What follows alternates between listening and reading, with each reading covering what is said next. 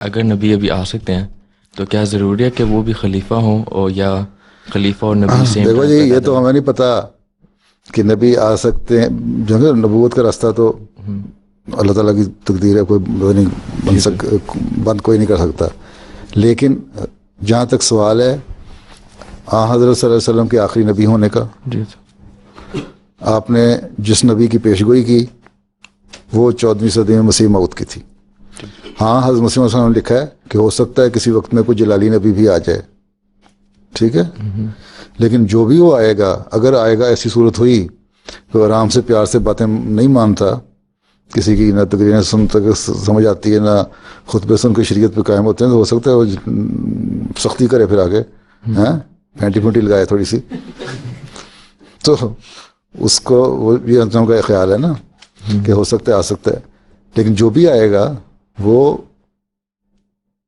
یہ یقین ہے کہ ایک تو اس مسلمان ہوگا، ٹھیک ہے، اسلام کے اندر، دوسرے وہ حضرت مسیح علیہ الصلوۃ والسلام کی بیعت میں ہوگا، ہیں، جی سر. اگر ہوگا، ہیں، جس کو ہمیں حدیث سے تو کچھ نہیں ملتا، اس ایک بات سے کہ ہو سکتا ہے کہ آ جائے، اسی بات پہ ہم ایک قیاس کر سکتے ہیں نا، اندازہ لگا سکتے ہیں نا. تو وہ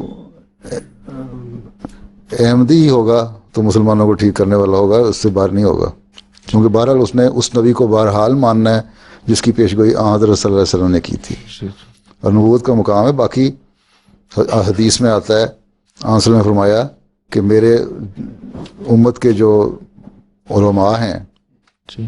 ایسے علماء جو تقوی میں بڑے ہوئے ہیں، نیکیوں میں بڑے ہوئے ہیں، وہ بنی اسرائیل کے نبیوں کے برابر ہیں، ان کی نبیوں کی طرح ہیں، ٹھیک ہے.